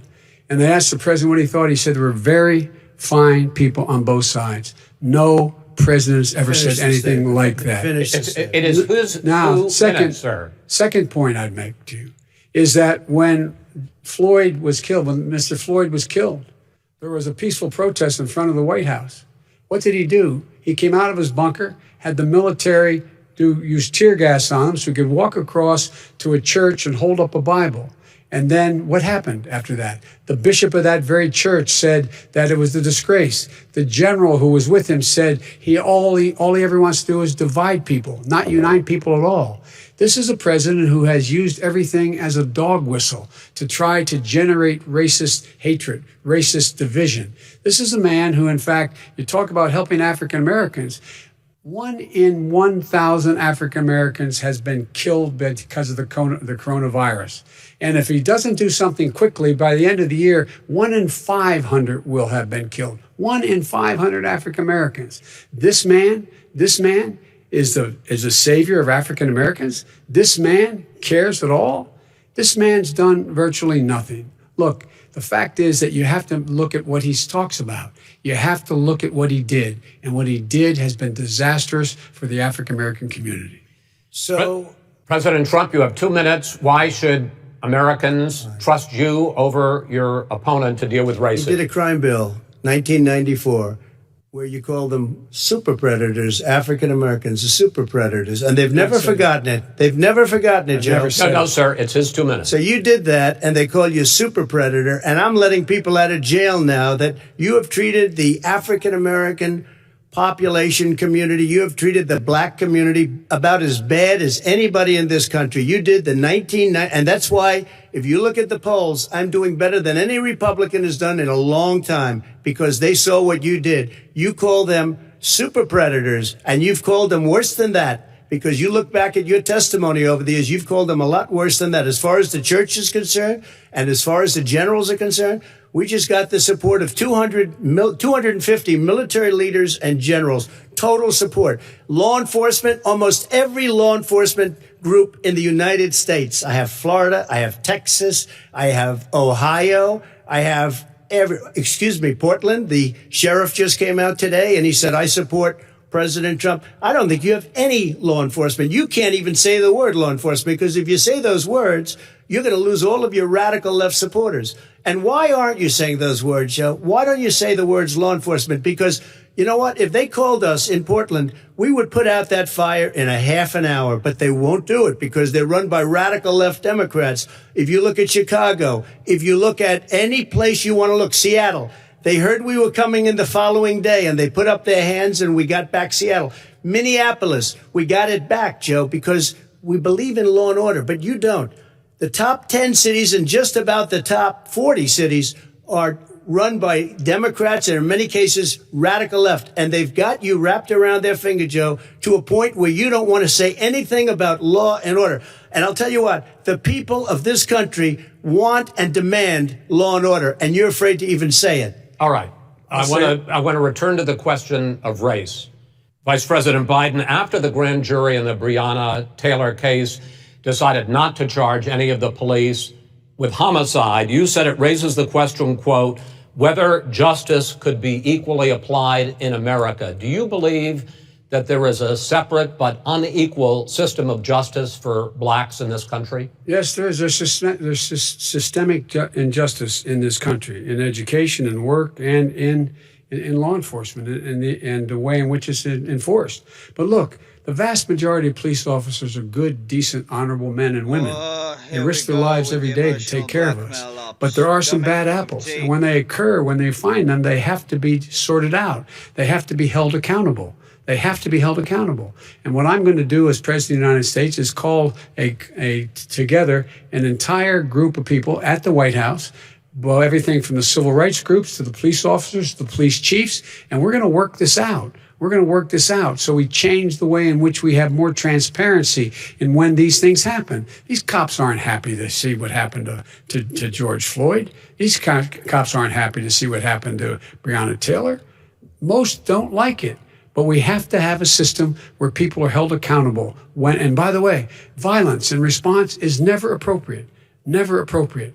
Peaceful protest is. Violence is never appropriate. All right. What is peaceful protest? When they run through the middle of the town and burn down your stores and kill people all over the place, that and you is say not peaceful protest? President Trump, No, it's I'm not not, asking. but you say it is. President Trump, I'd like to continue with the issue of race. I promise we're going to get to the issue of law and order in a moment. This month, your administration directed federal agencies to end racial sensitivity training that addresses white privilege or critical race theory. Why did you decide to do that, to end racial sensitivity training? And do you believe that there is systemic racism in this country, sir? I ended it because it's racist. I ended it because a lot of people were complaining that they were asked to do things that were absolutely insane, that it was a radical revolution that was taking place in our military, in our schools, all over the place, and you know it, and so does everybody else. And he would know. What is radical about racial sensitivity training, sir? If you were a certain person, you had no status in life. It was sort of a reversal. And if you look at the people, we were paying people hundreds of thousands of dollars to teach very bad ideas and, frankly, very sick ideas. And really, they were teaching people to hate our country. And I'm not going to do that. I'm not going to allow that to happen. We have to go back to the core values of this country. They were teaching people that our country is a horrible place, it's a racist place, and they were teaching people to hate our country. And I'm not going to allow that to happen. Vice President Biden? Nobody's doing that. He's racist. You just don't. Here's the deal. I know a lot more about this than he does. Let him finish. The fact is that there is racial insensitivity. People have to be made aware of what other people feel like, what insults them, what is demeaning to them. It's important that people know many people don't want to hurt other people's feelings, but it makes a big difference. It makes a gigantic difference in the way a child is able to grow up and have a sense of self-esteem. It's a little bit like how this guy and his friends. I came here to laugh, not to be emotionally blackmailed. Oh. Faith. They look down on people who are a different color. In fact, we're all Americans. The only way we're going to bring this country together is bring everybody together. There's nothing we cannot do if we do it together. We can take this on and we can defeat racism in America. President Trump, sir. During the Obama-Biden administration, there was tremendous division. There was hatred. You look at Ferguson, you go to many places. Look at Oakland. Look what happened in Oakland. Look what happened in Baltimore. Look what happened. Frankly, it was more violent than what I'm even seeing now. Oh, my But Lord. the reason is that ridiculous. the Democrats that run these cities don't want to talk like you about law and order. Violent and you crime, still haven't mentioned. Are you in favor of law and order? I'm in favor of law. You follow Are you in favor of law and order? Go Yes, ahead, I'm in say favor. it. You asked a question, let him finish. Law and order. Let him answer. Law and order with justice, where people get treated fairly. Okay. And the fact of the matter is, violent crime went down 15% in our administration. All right. It's gone up on his watch. Went down much more in ours. All right, we're now. Mr. President, you're going to. Mr. President, every record in the book. Mr. President, you're going to be very happy because we're now going to talk about law and order. Places we had trouble were Democratic-run cities. That's exactly my question. There has been a dramatic increase in homicides in America this summer, particularly, and you often blame that on Democratic mayors and Democratic governors, but in fact there have been equivalent spikes in Republican-led cities like Tulsa and Fort Worth. So the question is this really a party issue? I think it's a party issue. You can bring in a couple of examples, but if you look at Chicago, what's going on in Chicago, where 53 people were shot and 8 died shot. If you look at New York, where it's going up like nobody's ever seen anything, the numbers are going up 100, 150, 200%. Crime. It is crazy what's going on. And he doesn't want to say law and order because he can't, because he'll lose his radical left supporters. And once he does that, it's over with. But if he ever got to run this country and they ran it the way he would want to run it, our suburbs would be gone. By the way, our suburbs would be gone, and you would see problems like you've never seen. He would know a suburb unless he took a wrong turn. Oh, I know suburbs. He would not. So much Go ahead, wait a minute. I was raised in the suburbs. This is not 1950. All these dog whistles on racism don't work anymore. Suburbs are by and large integrated. There's many people today driving their kids to soccer practice and or to black and white and Hispanic in the same car as there have been any time in the past. What really is a threat to the suburbs and their safety is his failure to deal with COVID. They're dying in the suburbs. His failure to deal with the environment. They're being flooded. They're being burned out because his refusal to do anything. That's why the suburbs are in trouble. I do want to talk about this issue of law and order, though. And in the joint recommendation that came from the Biden-Bernie Sanders task force, you talked about, quote, reimagining policing. Yeah. First of all, what does reimagining policing mean, and do you support? It means... let me, if I might finish the question. What does reimagining policing mean, and do you support the Black Lives Matter call for community control of policing? Look, what I support is the police having the opportunity to deal with the problems they face. And I'm totally opposed to defunding the police officers. As a matter of fact, local police, the only one defunding in his budget calls for a $400 million cut in local law enforcement assistance. They need more assistance. They need, when they show up for a 9/11 call, to have someone with them as a psychologist or psychiatrist to keep them from having to use force and be able to talk people down. We have to have community policing like we had before, where the officers get to know the people in the communities. That's when crime went down. It didn't go up, it went down. And so we have to be engaged. That's not what they're talking about, Chris. That's not what they're talking about. He's talking about defunding the police. That is not true. He doesn't have any law support. Look, he has no law enforcement That's not support. true. Almost nothing. Look. Oh, really? Who do you have? Name one group that supports you. Name one group that came out and supported you. Go ahead. Think. We have time. We don't have time to do anything. Think about it. Name one law enforcement group that came out and supported gentlemen, you. I think I'm going to take back the moderator's role, and I want to get to another subject, which is the issue of protests in many cities that have turned violent. In Portland, Oregon, especially, we had more than 100 straight days of protests, which I think you would agree. You talk about peaceful protests. Many of those turned into riots. Mr. Vice President, you say that people who commit crimes should be held accountable. The question I have, though, is, as the Democratic nominee, and earlier tonight you said that you are the Democratic Party right now, have you ever called the Democratic mayor of Portland or the Democratic governor of Oregon and said, hey, you got to stop this, bring in the National Guard, do whatever it takes, but you stop the days and months of violence in Portland? I don't hold public office now.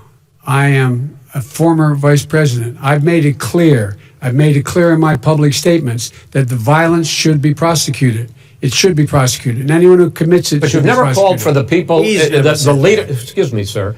You have never called for the leaders in Portland and in Oregon to bring in the National Guard and knock off 100 days of riots. They can, in fact, take care of it if he just stay out of the way. Look here. Oh, really? Really? Here's the thing. I sent in the U.S. Marshals to get the killer of the young man in the middle of the street, and they shot him. And for 3 days, President Trump, Portland wouldn't do anything. I had to send in the U.S. Marshals, and they took care of business. Go ahead, sir. And by the way, his own former spokesperson said, riots and chaos and violence help his cause. That's what this is all about. I don't know who said that. I do. Who? I think Kellyanne Conway. I don't think she said that. She said that. And so here's the all right. But here's the point. Go The ahead. point is that's what he is, keeps trying to rile everything up. He doesn't want to calm things down. Instead of going in and talking to people and saying, let's get everybody together. Literally the Antifa strategy of accuse your opposition of doing what you're doing while you're doing it to create confusion, as if we're all sub-triple digit IQ thick bastards who can't obviously tell. Why rank 2? Why use a rank 2 garbage point? Moving on. Sending the National Guard, it would be over. There'd be no problem. Okay. But they don't want to accept the National Guard. You have repeatedly criticized the vice president for not specifically calling out Antifa and other left-wing extremist groups. But are you willing tonight to condemn white supremacists and militia groups and to say that they need to stand down and not add to the violence in a number of these cities, as we saw in Kenosha and as we've seen in Portland? Sure, Are you I'm willing prepared to do that, specifically but do it? Well, go ahead, sir. I would say almost everything I see is from the left wing, not from the right wing. So what are you saying? I'm willing to do anything. I want to see peace. Then do it, sir. Say it. Do it. Say it. Do you want to call him? What do you want to call him? Give me a name. Give me a White name. supremacists and Who would right you like me to condemn? White supremacists and right Proud militia. Boys, stand back and stand by. But I'll tell you what. Somebody's got to do something about Antifa and the left, because this is not a right-wing problem. This is a left-wing. FBI director This said is a left-wing problem. white supremacists. Antifa's an idea, not an organization. Oh, you gotta be not kidding. militia. That's what his It's an idea. FBI director Gentlemen, said. Well, then you know what? We're done, sir. We're moving on to the next. We're moving. When a bat hits you over the head, that's not an idea. Everybody in Antifa your is administration bad. tells you the truth has a bad idea. Can I tell you what? You have no ideas. Antifa is a dangerous, All right, radical gentlemen, group. we're now moving on to the Trump And and you ought to be Biden careful with records. them. They'll overthrow you. When in a 2 president, seconds. I'm going to ask a question. When the president seeks a second term, it is generally a referendum on his record. But Vice President Biden, you like to quote one of your dad's sayings, which is, don't compare me to the almighty, compare me to the alternative. And in this case, sir, you are the alternative. Looking at both of your records, I'm going to ask each of you, why should voters elect you president over your opponent? In this segment, President Trump, you go first, 2 minutes. Because there has never been an administration or president who has done more than I've done in a period of 3.5 years. And that's despite the impeachment hoax. And you saw what happened today with Hillary Clinton, where it was a whole big con job. But despite going through all of these things, where I had to fight both flanks and behind me and above, there has never been an administration that's done what I've done. The greatest, before COVID came in, the greatest economy in history, lowest unemployment numbers. Everything was good. Everything was going. And by the way, there was unity going to happen. People were calling me for the first time in years. They were calling and they were saying, it's time maybe. And then what happened? We got hit, but now we're building it back up again. A rebuilding of the military, including Space Force and all of the other things.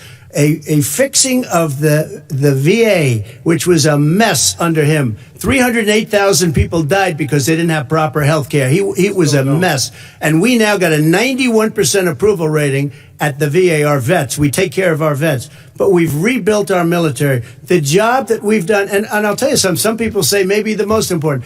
By the end of the first term, I'll have approximately 300 federal judges and Court of Appeals judges, 300, and hopefully 3 great Supreme Court justices. That is a record, the likes of which very few people, and you know one of the reasons I'll have so many judges? Because President Obama and him left me 128 judges to fill. When you leave office, you don't leave any judges. That's like, you just don't do that. They left 128 openings, and if I were a member of his party, because they have a little different philosophy, I'd say if you left us 128 openings, you can't be a good president, you can't be a good vice president. But I want to thank you because it gives us almost, it'll probably be above that number by the end of this term. 300 judges, it's a record. Looking at both your records, why should voters elect you president as opposed to President Trump? You have 2 minutes uninterrupted. Under this president, we become weaker, sicker, poorer, more divided, and more violent. When I was vice president, we inherited a recession. I was asked to fix it. I did. We left him a booming economy, and he caused the recession. With regard to being weaker, the fact is that I've gone head-to-head with Putin and made it clear to him we're not going to take any of his stuff. He's Putin's puppy. He still refuses to even say anything to Putin about the bounty on the heads of American soldiers. Your son got $3.5 million.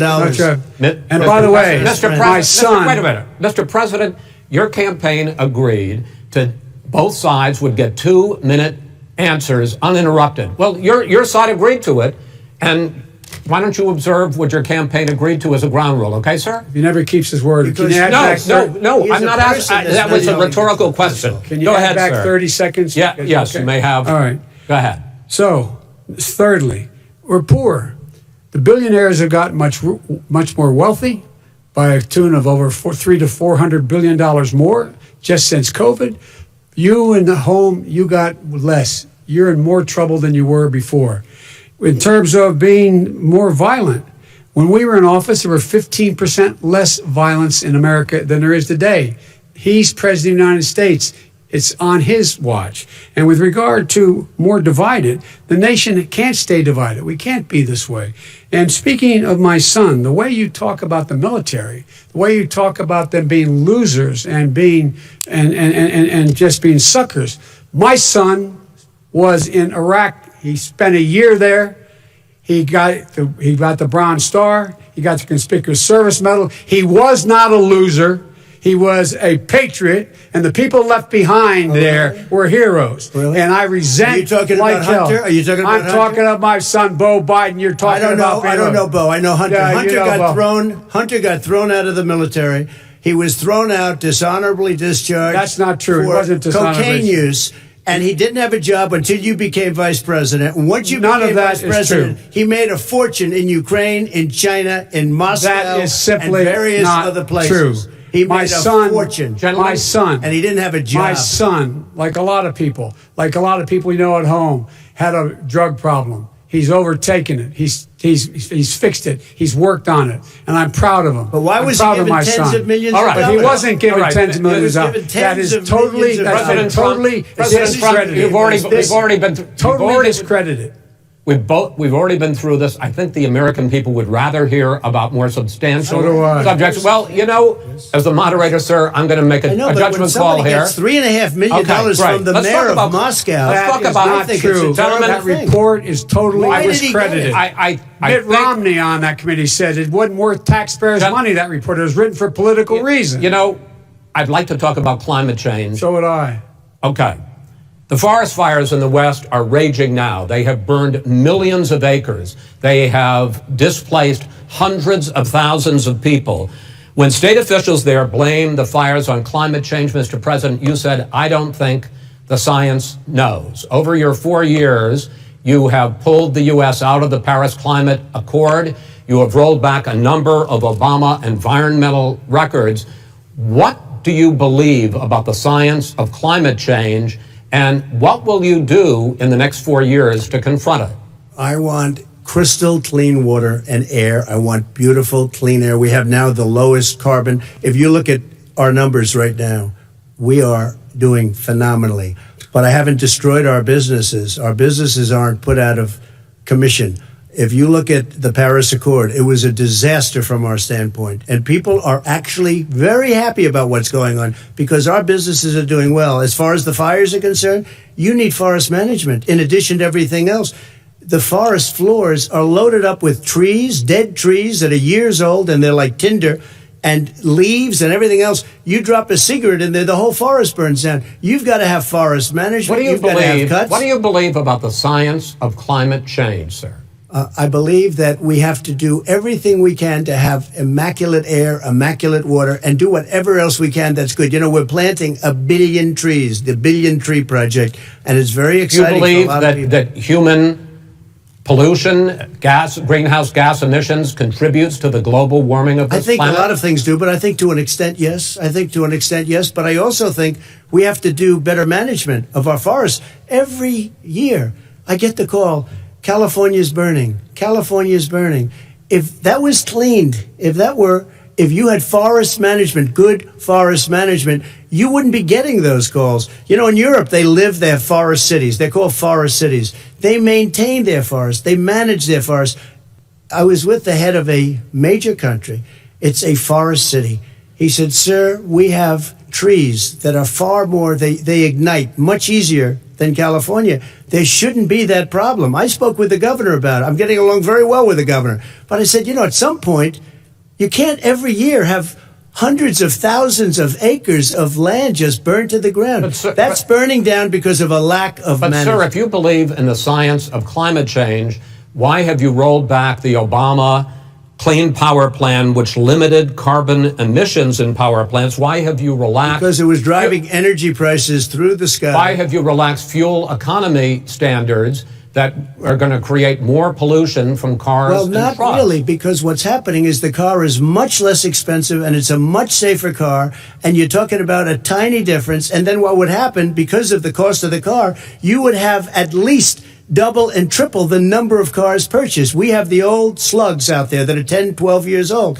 If you did that, the car would be safer. It would be much cheaper by $3,500. In the case of California, they've simply ignored. No, but you would take a lot of cars off the market because people would be able to afford a car.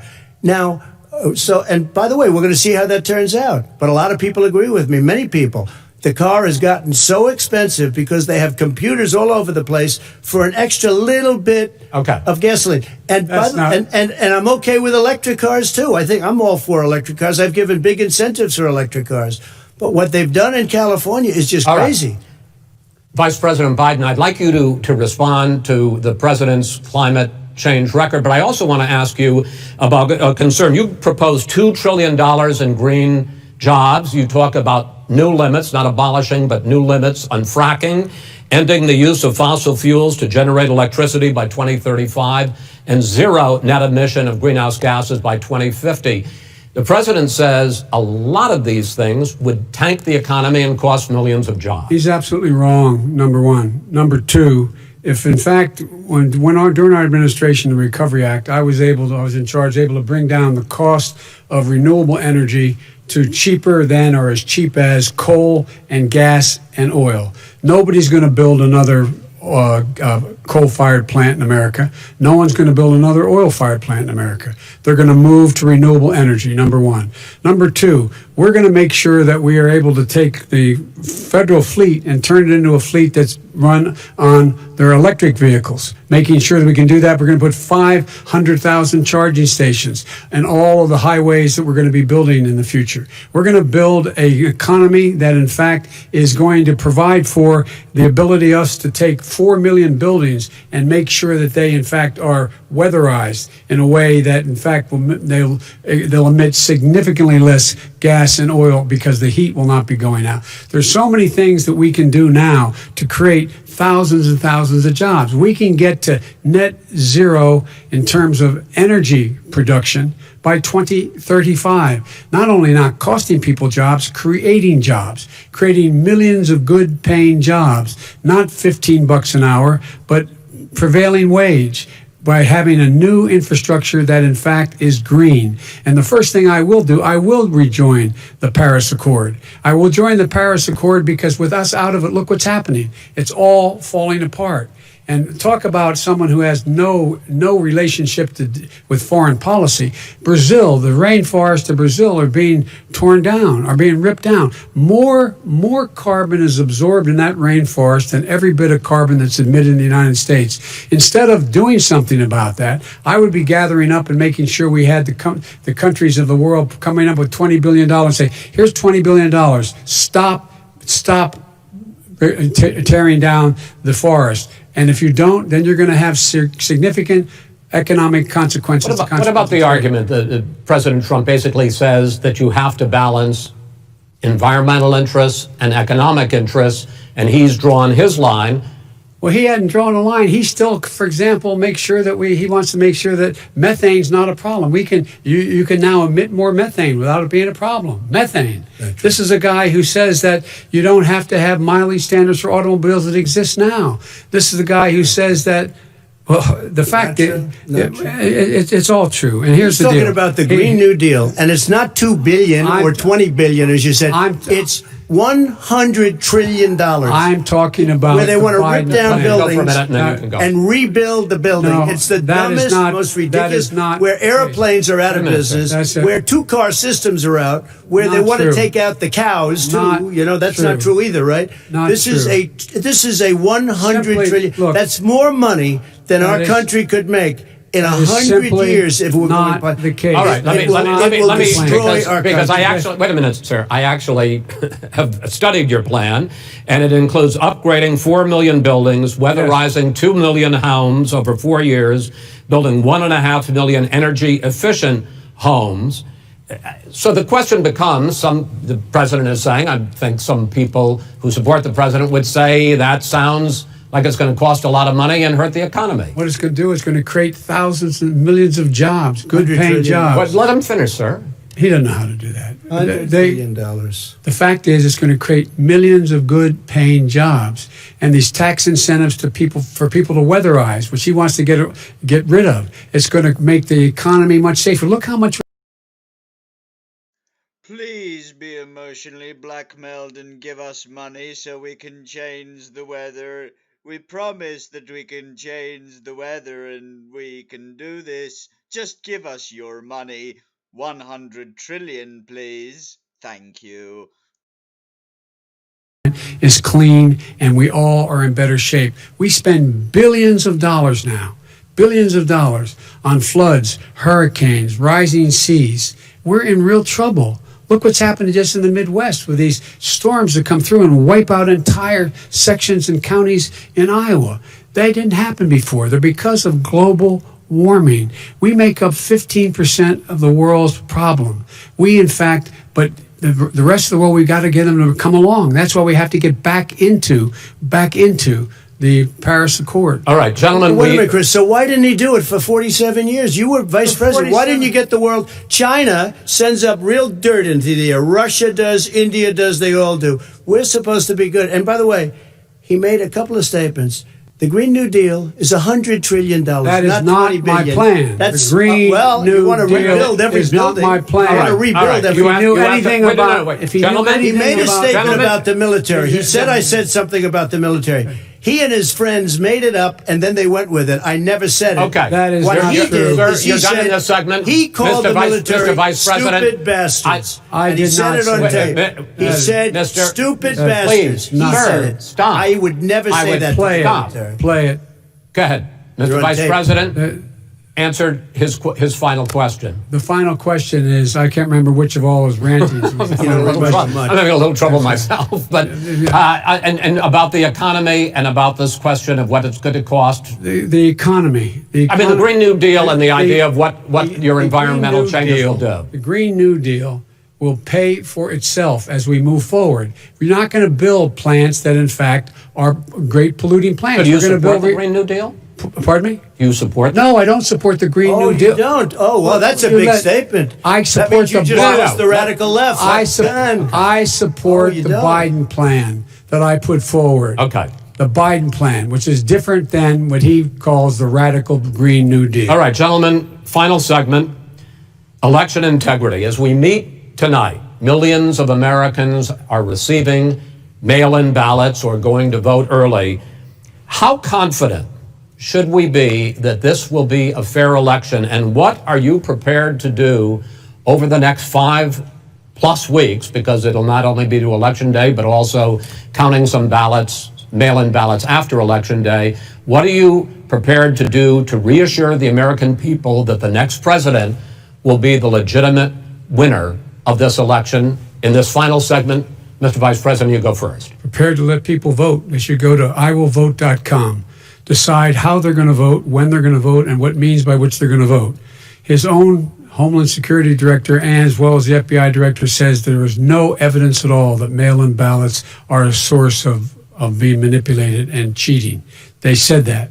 The fact is that there are going to be millions of people because of COVID that are going to be voting by mail-in ballots, like he does, by the way. He sits behind the Resolute desk and sends his ballot to Florida, number one. Number two, we're going to make sure that those people who want to vote in person are able to vote because enough poll watchers are there to make sure they can socially distance. The polls are open on time, and the polls stay open until the votes are counted. And this is all about trying to dissuade people from voting because he's trying to scare people into thinking that it's not going to be legitimate. Show up and vote. You will determine the outcome of this election. Vote, vote, vote. If you're able to vote early in your state, vote early. If you're able to vote in person, vote in person. Vote whatever way is the best way for you, because he cannot stop you from being able to determine the outcome of this election. And in terms of whether or not when the votes are counted, and they're all counted, that will be accepted. If I win, that will be accepted. If I lose, that'll be accepted. But by the way, if in fact he says he's not sure what he's going to accept, well, let me tell you something. It doesn't matter, because if we get the votes, it's going to be all over. He's going to go. He can't stay in power. It won't happen. It won't happen. So vote. Just make sure you understand you have it in your control to determine what this country is going to look like the next 4 years. Is it going to change? Or are you going to get 4 more years of these lies? Mr. President, 2 minutes. So when I listened to Joe talking about a transition, there's been no transition from when I won. I won that election. And if you look at crooked Hillary Clinton, if you look at all of the different people, there was no transition because they came after me trying to do a coup. They came after me spying on my campaign. They started from the day I won and even before I won, from the day I came down the escalator with our First Lady. They were a disaster. They were a disgrace to our country. And we've caught them. We've caught them all. We've got it all on tape. We've caught them all. And by the way, you gave the idea for the Logan Act against General Flynn. You better take a look at that, because we caught you in a sense. And President Obama was sitting in the office. He knew about it too. So don't tell me about a free transition. As far as the ballots are concerned, it's a disaster. A solicited ballot, okay, solicited is okay. You're soliciting, you're asking, they send it back, you send it back. I did that. If you have an unsolicited, the other place, they sent 2 in a Democrat area. They sent out 1,000 ballots. Everybody got 2 ballots. This is going to be a fraud like you've never seen. The other thing, it's nice on November 3rd, you're watching and you see who won the election. And I think we're going to do well because people are really happy with the job we've done. But you know what? We won't know. We might not know for months, because these ballots are going to be all over. Take a look at what happened in Manhattan. Take a look at what happened in New Jersey. Take a look at what happened in Virginia and other places. They're not losing 2%, 1%, which, by the way, is too much. An election could be won or lost with that. They're losing 30 and 40%. It's a fraud, and it's a shame. And can you imagine where they say you have to have your ballot in by November 10th?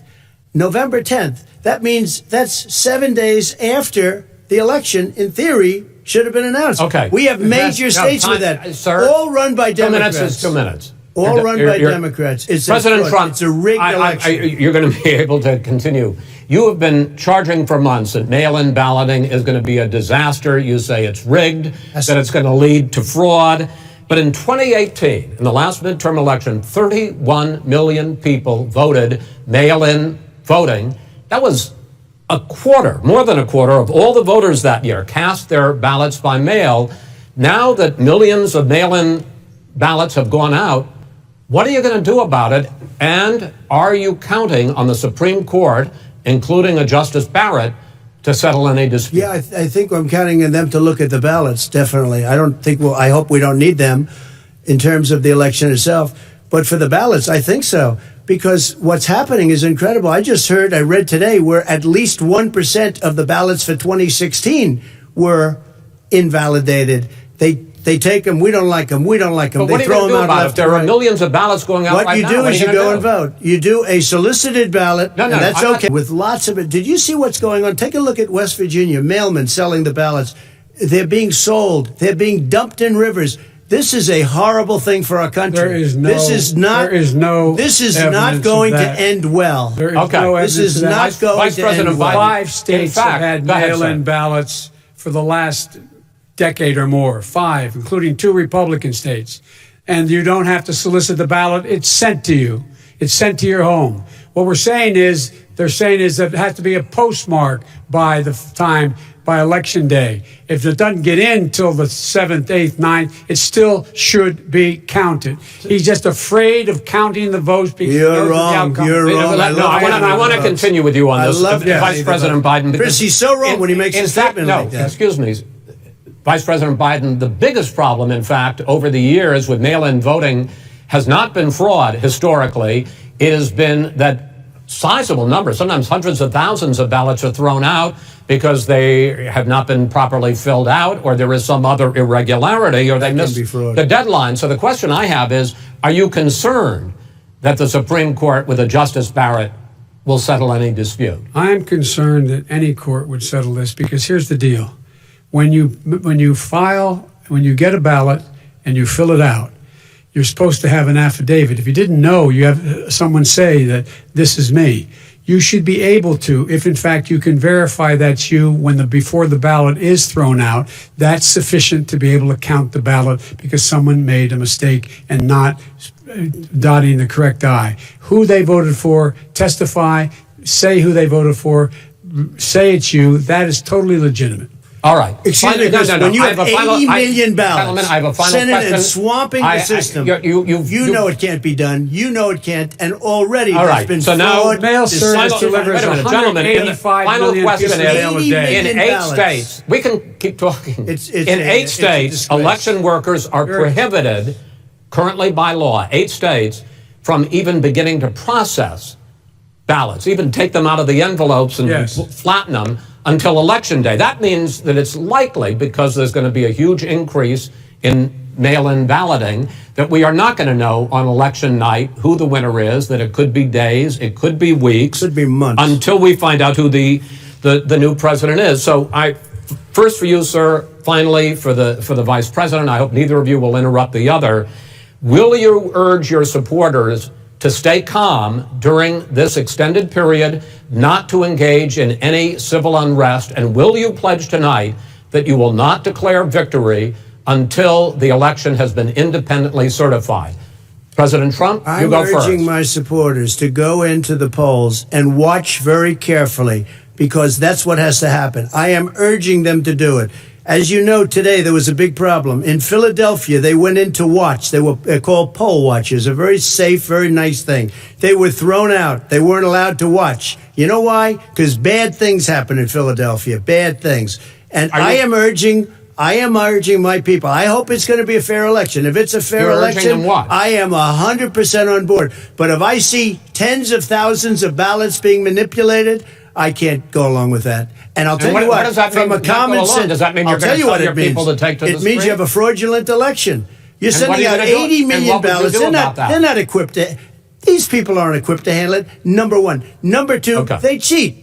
They cheat. Hey, they found ballots in a wastepaper basket 3 days ago, and they all had the name military ballots. They were military. They all had the name Trump on them. Vice President you think Biden, that's good? Vice President Biden, final question for you. Will you urge your supporters to stay calm while the vote is counted, and will you pledge not to declare victory until the election is independently certified? Yes, and here's the deal. We count the ballots, as you pointed out. Some of these ballots in some states can't even be opened until Election Day. And if there's thousands of ballots, it's going to take time to do it. And by the way, our military, they've been voting by ballots since the end of the Civil War, in effect. And that's what's going to happen. Why is it for them somehow not fraudulent? It's the same process. It's honest. No one has established at all that there is fraud related to mail-in ballots, that somehow it's a fraudulent process. It's already been established. Take a look at Carolyn Maloney's race. You had an opportunity to respond. Go ahead. They have no idea what happened. Vice President Biden, go ahead. He has no idea what he's talking about. Here's the deal. The fact is, I will accept it, and he will too. You know why? Because once the winner is declared, after all the ballots are counted, all the votes are counted, that'll be the end of it. That'll be the end of it. And if it's me, in fact, fine. If it's not me, I'll support the outcome. And I'll be a president not just for the Democrats. I'll be a president for Democrats and Republicans. And this guy, I want to see an honest ballot count. Gentlemen, you say that's the end of it? This is the end of this debate? Honest ballot count. We're going to leave it there. To be continued as in more debates as we go on. President Trump, Vice President Biden, it's been an interesting hour and a half. I want to thank you both for participating in the first of 3 debates that you have agreed to engage in. We want to thank Case Western Reserve University and the Cleveland Clinic for hosting this event. The next debate, sponsored by the Commission on Presidential Debates, will be 1 week from tomorrow, October 7th, at the University of Utah in Salt Lake City. The 2 vice presidential nominees, Vice President Mike Pence and Senator Kamala Harris, will debate at 9 p.m. Eastern that night. We hope you watch. Until then, thank you and good night.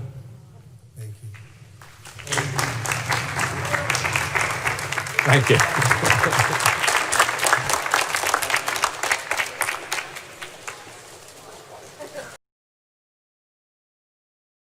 Thank you very much for tuning in, ladies and gentlemen. Some brief afterthoughts. 1. Emotional blackmail and character assassination are the tools of the Marxist internationalist filth. Do not trust a thing that they say. They are poison worms at the center of an apple. Remember the analogy. Poison worms infecting apples.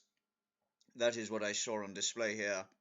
Furthermore, moral and intellectual winter famine upon the Marxist internationalist filth left is about to follow.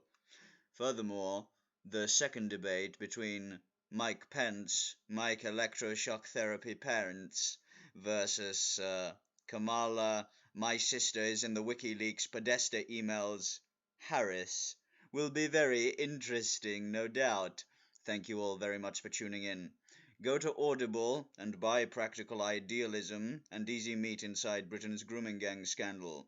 This here stream has been sponsored by the Kekinatim Intel Ops of the Atlantean Mongolian Yakskin Fish Gutting Boards.